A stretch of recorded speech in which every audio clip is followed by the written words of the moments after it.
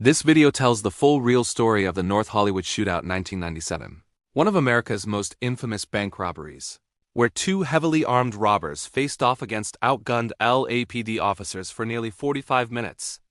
In this video, we're breaking down the full real story of the North Hollywood Shootout 1997, one of the most shocking bank robbery attempts in American history. Two heavily armed robbers walked into a Bank of America branch in Los Angeles and walked out into a 45-minute war with the LAPD. In this video, we're breaking down the full real story of the North Hollywood Shootout 1997, one of the most infamous bank robberies and shootouts in American history. It's February 28, 1997. North Hollywood, Los Angeles, California. It's a normal Friday morning. People are going to work, traffic is moving, and inside a small Bank of America branch, staff are getting ready for another routine day. But in just a few minutes, this quiet neighborhood bank will turn into a war zone. Two men, covered in homemade body armor and carrying illegal automatic weapons, are about to step out of their car and start a gunfight that will change how American police are armed forever. This is the true story of the North Hollywood Shootout. The two men at the center of the North Hollywood Shootout 1997 were Larry Phillips Jr. and Emil Matasareanu. They weren't just random street criminals. They were already involved in crime before this day. Previous robberies, illegal weapons, planning, and scouting. For months, maybe even years, they had been preparing for a big score. They studied banks. They watched police response times. They collected weapons, ammo, and made their own homemade body armor, covering most of their bodies with metal plates and protective gear. Their plan was simple in theory: hit the bank fast, steal as much cash as possible. Use their body armor and heavy weapons to fight off any police escape before anyone could stop them. What they didn't know was that this would become one of the most recorded and talked about shootouts in history. It's just after 9 a.m., February 28, 1997. Larry Phillips and Emil Matasareanu arrive at the Bank of America branch on Laurel Canyon Boulevard in North Hollywood. They park their car. They calmly step out, both dressed head to toe in black. Under their clothes, they are wearing homemade body armor on their chest, back, and legs, groin protection, metal plates to stop bullets in their hands. They carry illegally modified rifles, capable of fully automatic fire. These are war-level weapons, not normal guns you see with street robbers. They pull on ski masks and walk toward the bank entrance. Inside, customers are standing in line. Employees are at their counters. No one knows what is about to happen. The doors open. Phillips and Matasareanu storm into the bank and immediately fire shots into the ceiling to scare everyone and gain control. People start screaming. Some drop to the floor. Others are frozen in shock. The two men shout orders. Customers and staff are forced to lie on the ground. Tellers are ordered to open drawers. They push toward the vault area, looking for big amounts of cash. While all this is happening, something else is going on quietly. A silent alarm is triggered. Outside the bank, the Los Angeles Police Department, the LAPD, receives a call. Possible bank robbery in progress. At first, it sounds like just another robbery. Officers start heading to the location, not knowing they are about to walk into a battlefield.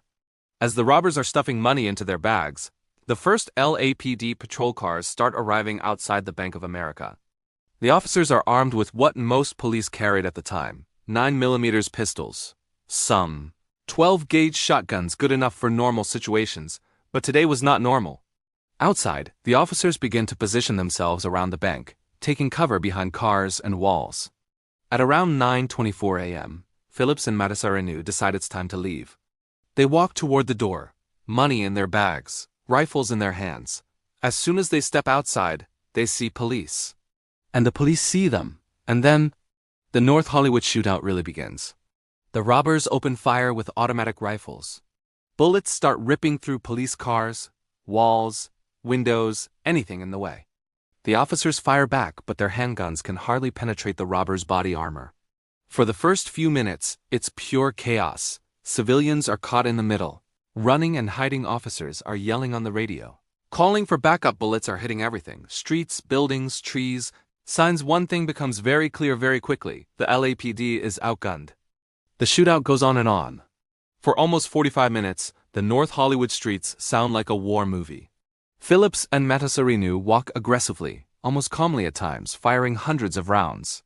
They shoot at Police cars, officers pinned behind cover, even a police helicopter in the sky. Some officers are hit. Civilians are wounded by stray bullets. But the body armor on the robbers absorbs many of the shots coming from police pistols and shotguns. Bullets just bounce off or get stuck. On live TV, news helicopters are filming the entire thing from above. Millions of people across America are watching the North Hollywood Shootout 1997 almost in real time. The world is seeing what it looks like when heavily armed criminals face under-equipped police in the middle of a major city. The LAPD realizes that their regular weapons are not enough. Some officers make a desperate but smart move.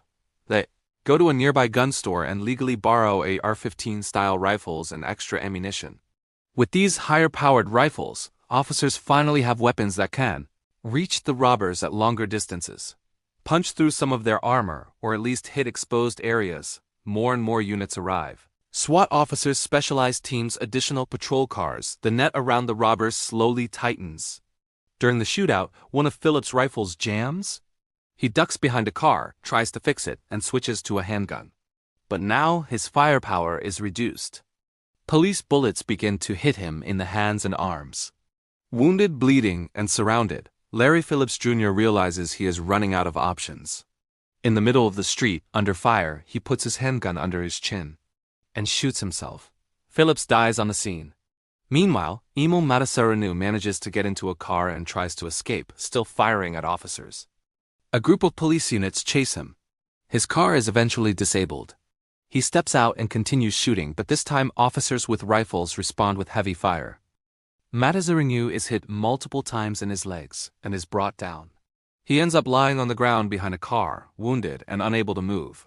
The officers keep their distance, weapons aimed, making sure he is no longer a threat. Eventually, the gunfire stops. The North Hollywood Shootout is over. Matasaranu later dies from blood loss before medical help can save him. When the shooting finally ends and the smoke clears, the damage is huge. Both robbers are dead, around 18 people are injured, including 11 police officers, 7 civilians, cars are destroyed. Storefronts are shattered. The whole street looks like a war just happened there. But there is one surprising fact. Despite hundreds of rounds fired in a crowded area, no hostages or bank staff are killed. That doesn't make it any less terrifying, but it shows how close this came to being even worse. The North Hollywood Shootout 1997 didn't just shock viewers. It forced American law enforcement to change. Before this, most patrol officers in the U.S. only carried a handgun, a shotgun in the car. After this shootout, departments realized criminals could get military-style weapons. Body armor could make normal guns almost useless. Patrol officers needed better gear to respond quickly, not just SWAT because of his case. Many police departments across the United States began issuing patrol rifles, like a AR-15-style rifles, to regular officers. Officers started getting better body armor and training for active shooter situations. The shootout became a case study in police academies on tactics, equipment, communication under heavy fire. The North Hollywood bank robbery and shootout became a turning point. A real-life event that changed how American police prepare for worst-case scenarios. This story is dramatic, intense, and almost unbelievable, but it's all real. And there are a few clear lessons. Crime always escalates, but it never truly wins.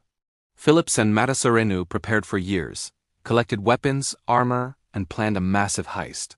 In the end, they didn't escape, they didn't enjoy the money. Both of them died in the street. Systems adapt.